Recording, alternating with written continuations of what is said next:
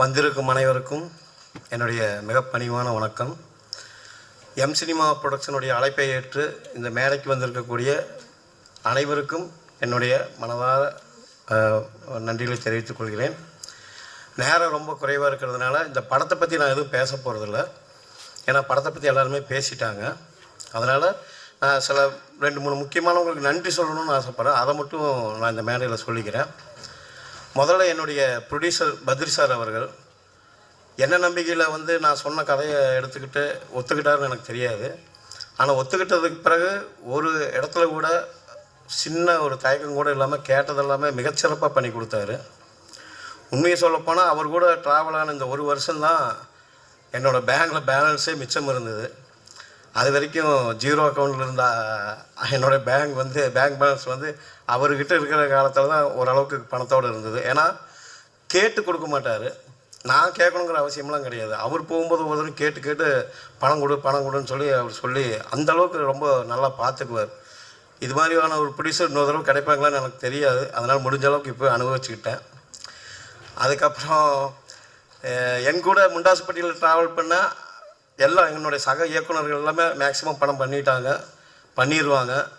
அந்த அளவுக்கு திறமையானவங்களை தான் ராம் சாரும் ரவி சாரெல்லாம் சூஸ் பண்ணி பண்ணாங்க. அவங்களுக்கு என்னுடைய மிகப்பெரிய நன்றி. அதுக்கப்புறம் ஒரு படம் நல்ல படமாக அந்த படத்தை எப்படி கொண்டு சேர்க்கணுங்கிறது என்னுடைய பத்திரிகை நண்பர்களுடைய கையில் தான் இருக்குது. பத்திரிகை நண்பர்கள், மீடியா நண்பர்கள் இந்த படத்தை ஒரு நல்ல இடத்துக்கு கொண்டு வருவீங்கிற நம்பிக்கை எனக்கு இருக்குது. தயவு செஞ்சு ஒரு புது இயக்குனருக்கான சின்ன தடுமாற்றங்கள், தவறுகளை மன்னித்து இந்த படத்தை ஒரு நல்ல இடத்துக்கு கொண்டு வாங்க. என்னோடய வெற்றிக்காக மட்டும் இல்லை, என்னை நம்பி களம் இறங்கி இருக்கிற என்னுடைய ப்ரொடியூசர், அவர் முகத்தில் ஒரு சந்தோஷம் எப்போவுமே இருக்கும். எப்போவுமே சிரிச்ச முகமாக இருப்பார். இந்த படம் ரிலீஸ் ஆனதுக்கப்புறம் இன்னும் கூடுதலான ஒரு புண்ணையை அவர் முகத்தில் பார்க்கணுன்னு நான் ஆசைப்பட்றேன். அது தவறிடக்கூடாது. அதுக்கப்புறம் என்னுடைய மனைவி எனக்காக நிறைய பேர் உதவி செஞ்சுருக்காங்க இந்த சினிமா உலகத்தில். எங்கள் அப்பா KN முகமது ஷரீஃப், இந்த இடத்துல அவருடைய பேரை நான் ரெஜிஸ்டர் பண்ணுறேன். அவர் என்னுடைய ஆர்வத்தை புரிஞ்சுட்டு சின்ன வயசுலேருந்து எவ்வளோ கஷ்டம் வந்தாலும் எனக்கு நாவல்ஸ்லாம் வாங்கி கொடுத்து படிக்க சொல்லி, அவர் படித்ததை திரும்ப கேட்டு எழுத படிக்க சொல்லி இப்படி நிறைய கோச்சிங் கொடுத்துட்டு இருந்தார்.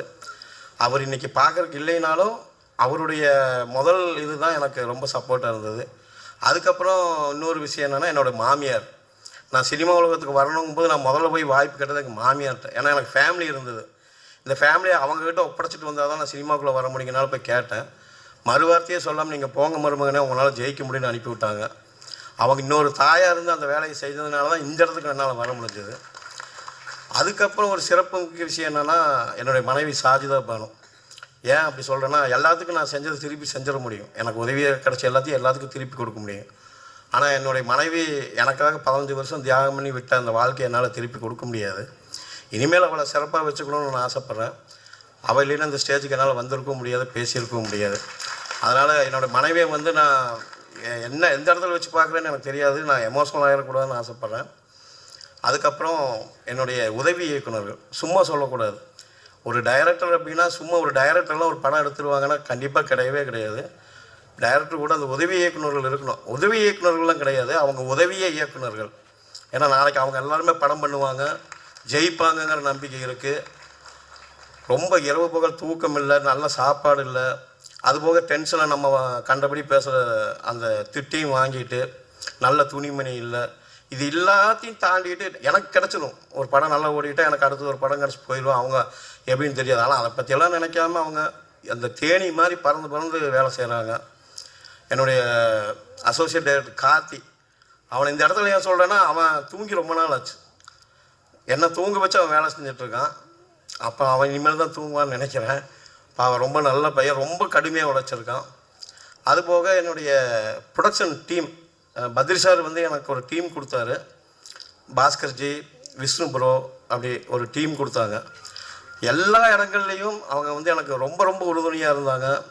விஷ்ணு ப்ரோ சொல்லப்போனால் அவர் ஒரு இன்னொரு டைரக்டர் மாதிரி எல்லா விஷயங்கள்லையும் பங்கெடுத்து அந்த கருத்துக்களை சொல்லி அந்த படம் இந்த அளவுக்கு தெளிவாக வர்றதுக்கு விஷ்ணு ரொம்ப கஷ்டப்பட்டார்.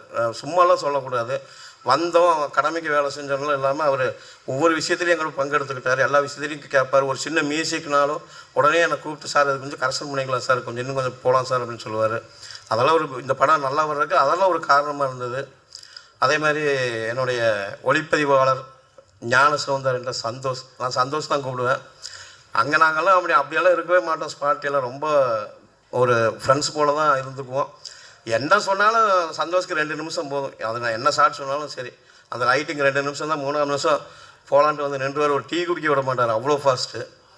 வருங்காலத்தில் தவிர்க்க முடியாத ஒரு ஒளிப்பதிவாளராக இந்த தமிழ் சினிமாவில் அவர் இருப்பார். அதே மாதிரி இந்த மேடையினுடைய கதாநாயகன் நம்ம பிரவீன், பார்க்கும்போது ஒரு புல்லாங்குழல் மாதிரி இருந்தால் கூட எல்லா இதுவுமே அவர் கையில் இருந்துச்சு. ரொம்ப நல்ல டெக்னீஷியன். இவ்வளோ அழகாக மியூசிக் பண்ணுவார்னு நானும் முதல்ல நம்பலை. ஒரு ப்ரொடியூசர் கேட்பார், என்ன நம்பிக்கையில் பிரவீனுக்கெல்லாம் வாய்ப்பு கொடுத்தீங்கன்னு. ஏதாவது வாசிடுவான் சார் அப்படின்னு சொல்லிக்கிட்டு இருந்தேன். ரொம்ப நல்லாவே வாசிட்டார். அதனால் அவருக்கு என்னோடய மிகப்பெரிய நன்றி. அப்புறம் எடிட்டர் நம்ம பரத் ப்ரோ, ஒரு சிக்கலான டைமில் தான் நான் அவரை அணுகி இந்த விஷயத்த சொன்னேன். அதெல்லாம் வந்து அப்போ அவர் வந்து ஃபெமிலியர் ஆகிட்டார் ஒரு எடிட்டராக. அதை பற்றியெல்லாம் மைண்டில் அவர் வச்சுக்கல. டக்குன்னு எனக்கு வேணுங்கிற அளவுக்கு நைட்டும் பகலும் கஷ்டப்பட்டு இந்த படத்தை உண்மையை சொல்ல போனால் லாஸ்ட்டு அந்த ஒரு 20 நாள் அவங்க டீம் ரொம்ப கடுமையாக பாடுபட்டுருக்குறாங்க. அதே மாதிரி ஆர்ட் டைரக்டர் தேவா, அவர் வந்து என்னோட ஒரு அங்கம்னே சொல்லலாம்.